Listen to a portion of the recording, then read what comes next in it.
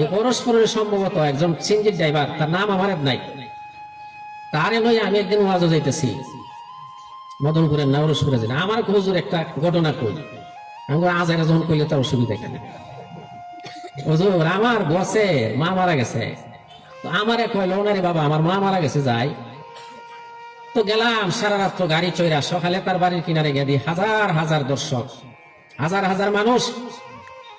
তো সে বলে কি আমার মা সাধারণ মানুষ, আমি সাধারণ মানুষ, এত মানুষ তো জানা যাওয়ার কথা না, আমার বাড়িতে এত মানুষের আগমন কেন? তো একজনে জিজ্ঞাসা করে কিরে ভাই আমার মা মারা গেছে, তো এলাকার মানুষ ভাঙ্গা পড়ছে, আসলে কোনো ব্যাপার সেবার আছে? তোমার মার মরণের পরে সাথে সাথে তোমার মার মাথার কিনারে একটা বিষধর সর্প দাঁড়াই গেছে। নাউজুবিল্লাহ বলে নাউজুবিল্লাহ।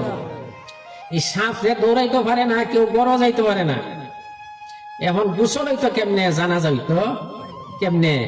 এই সাপের কথা প্রচার হওয়ার কারণে হাজার হাজার মানুষ আইছে এই ঘটনা দেখবার লাগিয়া।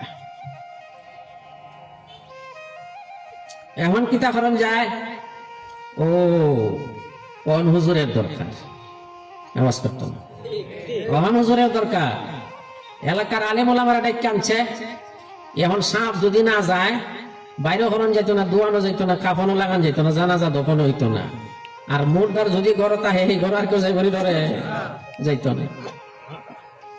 আলেম ওলামায়ে দোয়া করছে, আল্লাহ গো এই বান্দির এত মুসলমান কি নাফরমানি করছে তুমি জানো, কবরের মধ্যে দিত সাপ, তুমি যে সাপ গেলাইছো দুনিয়া তুই গো আল্লাহ, দুনিয়ার মানুষের সবক গ্রহণের জন্য দেখাই দিছ, ও আল্লাহ সাপ তারে দৌড়াইয়া দাও, আমরা কোন রকমের লাশটারে বাইর করে দাফন নি করতাম পারি দেখবো। আল্লাহর বন্দার দোয়া কবুল হয়েছে, সাপ নিরুদ্দেশ হয়ে গেছে।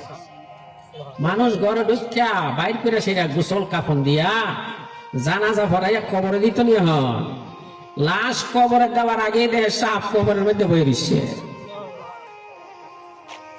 সাপ কবরে বয়ে দিচ্ছে, গামছা দিয়া রশি দিয়া লাগাইয়া কোন রকম লাশটারে কবরে রাখছে।